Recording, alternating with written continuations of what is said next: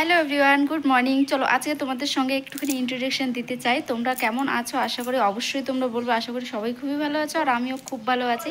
তো তোমাদের সঙ্গে আজকে একটা কথা শেয়ার করতে চাই, সেটা হলো এত সুন্দর গাছ কেটেছি আমি, আর তোমাদের সঙ্গে আমি শেয়ার করবো না সেটা কখনো হয়? চলো তোমাদেরকে দেখাই।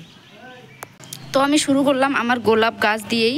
দেখো গোলাপ গাছটা আমার, এই হলো আমার গোলাপ গাছের টপ। আর এই দেখো লোহার রড দিয়ে দিয়েছি এখানে, যে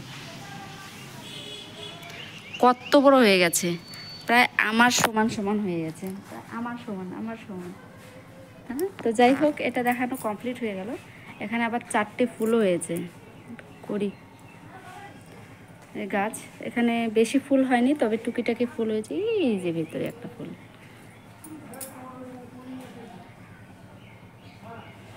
দেখো গাছ গাড়ার পর যখন ফুল পাই না, তখন আনন্দটাই একদমই আলাদা হয়ে যায়, দ্বিগুণ হয়ে যায় আনন্দটা। যেরকম আমার আনন্দটা, এখন আমার পুজো দেওয়ার জন্য কোনো রকম ফুলের সমস্যা হয় না, এত ফুল হয়েছে। এটাও গোলাপ, তো গোলাপ না শেষ করে দিয়েছি। এই যে একটা লাল ফুলের গাছ, আর এটা হচ্ছে তোমার কি বলে, নীলকণ্ঠ ফুল, কত উপরে পর্যন্ত হয়ে গেছে। তারপরে এই গাছটা অনেক অনেক কষ্ট করে, এটা প্রত্যেক দিন একটা করে ফুল দেয়।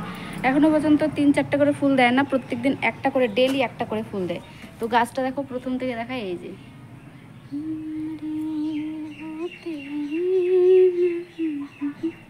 আর এইখানে ফুল গাছ গেড়েছি, আর এখানেও একটা গেড়েছি নতুন করে। আর এটা মনে হয় আর হবে না, বাঁচবে না, তো এটা কালকে নতুন করে নিয়ে আসা হয়েছে এই গাছটাকে। তবে গাছ দেখে একদম মন ভরে যায় সত্যি। তারপরে এই যে তোমাদের সঙ্গে অবশ্যই শেয়ার করব আমার লঙ্কা গাছ,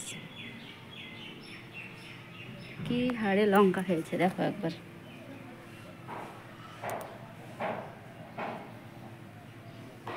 এখানে একটা গাছ গেড়েছি, তো এখানে এখনো হয়নি। আর এই যে একটা গোলাপ এখানে হয়েছে। এখানে দেখো কীরকম লঙ্কা হয়েছে। গাছ গাড়লে ফুলের অভাব হয় না, যেরকম সেরকম প্রত্যেকটা জিনিসে লঙ্কা গেড়েছি। দেখো লঙ্কারও কত লঙ্কা হয়েছে, ছোট্ট ছোট লঙ্কা। বাড়িতেই গেড়েছি, গেড়েই দেখো এত সুন্দর সুন্দর ফল পেয়েছি আমি। জয় শ্রীরাম, ঝান্ডা। আর এখানে গেড়েছি, এখানে এখনো পর্যন্ত কিচ্ছু হয়নি, শুধুমাত্র গাছটা বড় হচ্ছে। এই যে এখানে একটা।